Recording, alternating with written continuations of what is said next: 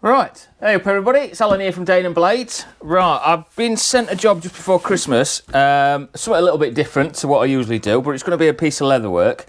So this is what I've been sent, and this is a Lance bucket. So its origins are supposedly sort of like World War I era, and there's supposedly a piece missing that goes at the top of the stirrup, or rather at the top of the bucket, and goes over the top of the stirrup itself.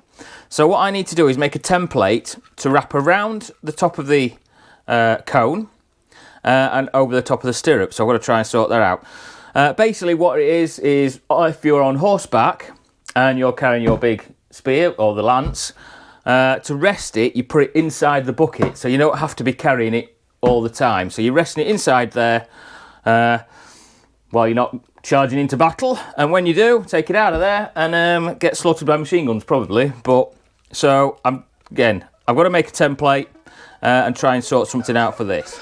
So the Canadians went and they said, we'll do it for you, and they came out with a sexton. The sexton was an infinitely better bit of kit, and you got one ammunition source in the battlefield. You're not trying to spread the load.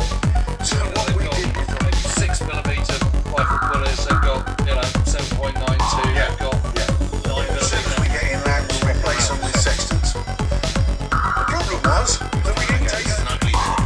It's a sort of, it looks like a sort of rhomboid. So anywhere you go,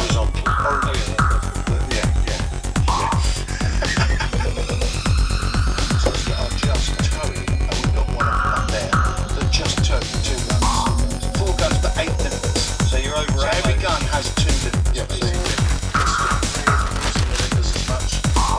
I mean, ammunition is a big thing, and I know when I was shooting guns and they used to build up a gun, we used to be like, but more people in the artillery than in the Navy. Yeah. If you have any big switches, the old number 3 puts his hand out.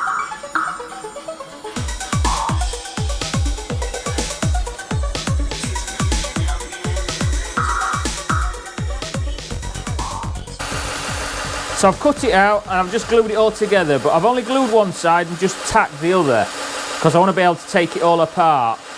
I've only glued it together so I can just get it on the sander and just shape it all so it's all nice. Take it apart, put my stitching lines in and then stitch it all together.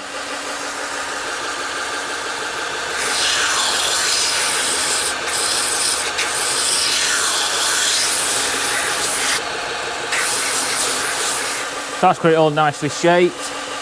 One thing I can also do is just check it against the stirrup, so I'll just go and get that. There we go. And that's how it'll look on top of the stirrup. I think it's about there. So like I said, I'm going to take it apart and just put some stitching lines in.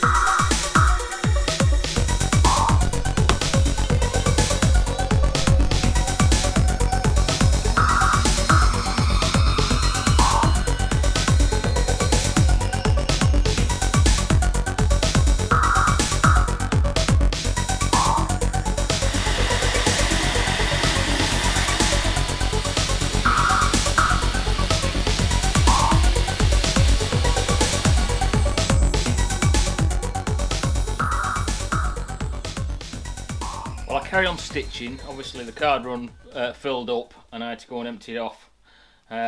So instead of just waiting, I'd carry it on because I need to get the job done.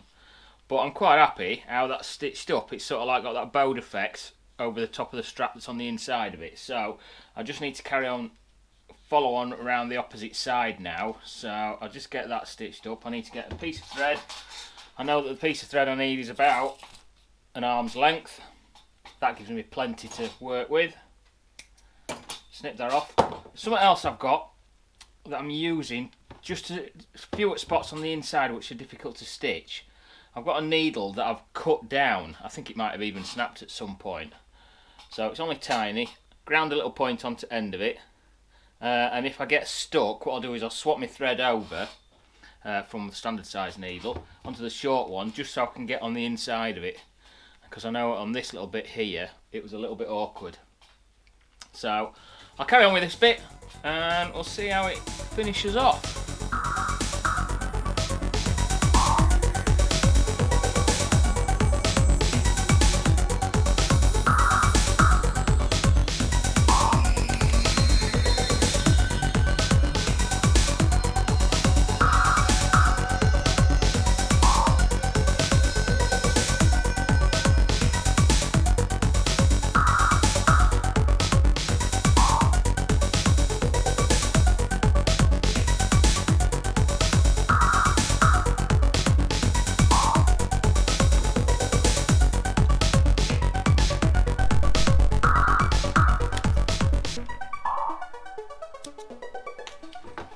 Right, I've got one last job that I need to do. All on, there we go, pop it back on. So it's all on, stitched together. I've made a couple of straps, and this is to simulate a couple of straps for the stirrup. These are going to be fitted on. The other stirrup here, so the matching set of stirrups, straps to go on them, there's a bit of decoration.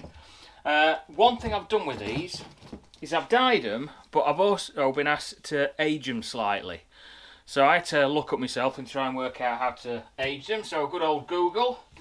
One of the things it says is put some rubbing alcohol onto the leather, and basically it brings the grain up, takes a bit of the dye out of it, and makes them look a little bit rougher.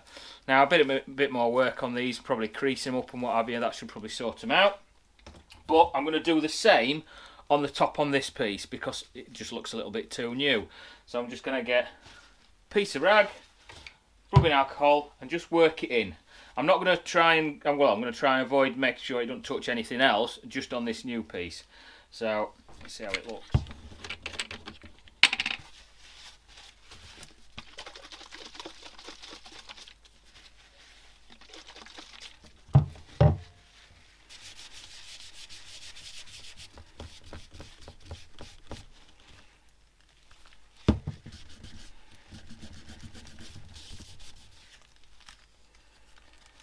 There we go. I think that will do us. Let that dry off and then we'll see how it looks.